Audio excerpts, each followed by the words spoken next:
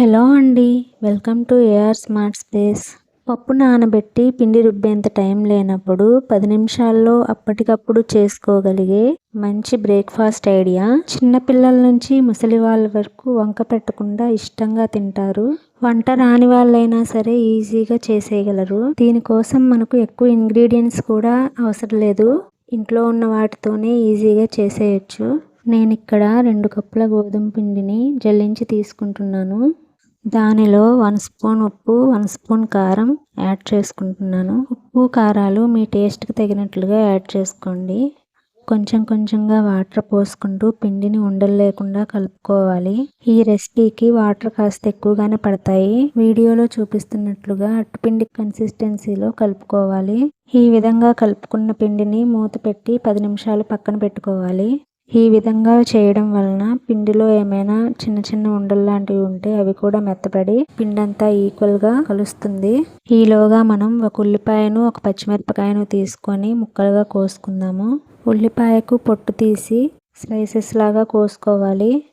స్లైసెస్ని లావుగా కోయకూడదు, వీలైనంత సన్నగా పొరల్లాగా కట్ చేసుకోవాలి.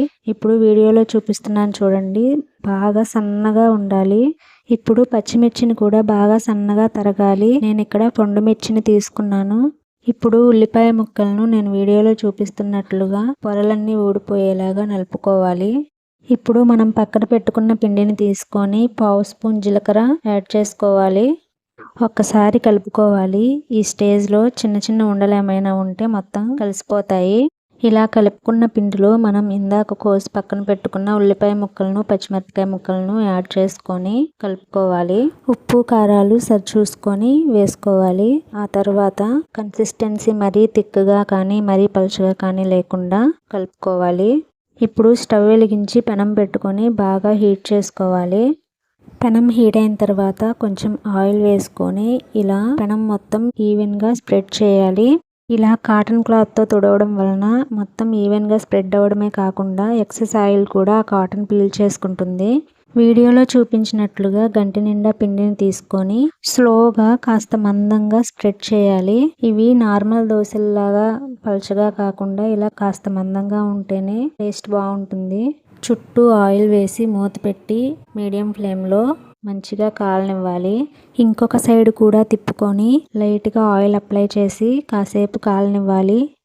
మీకు ఇంకా తొందరగా అవ్వాలనుకుంటే ఒక సైడ్ హై ఫ్లేమ్లో కాల్చుకొని ఇంకొక సైడ్ సిమ్లో పెట్టి కాల్చుకుంటే తొందరగా అవడమే కాకుండా మంచిగా ఉడుకుతుంది లోపల.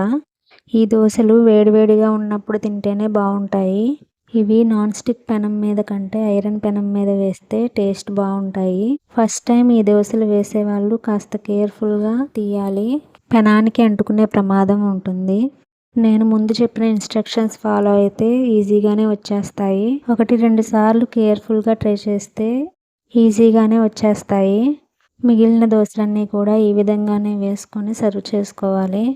వీడియో ఎలా ఉందో కామెంట్ చేయండి. వీడియో నచ్చితే ఒక లైక్ చేయండి. అలాగే మరిన్ని ఇలాంటి యూస్ఫుల్ వీడియోస్ కోసం మా ఛానల్ను సబ్స్క్రైబ్ చేసుకోండి. Thanks for watching.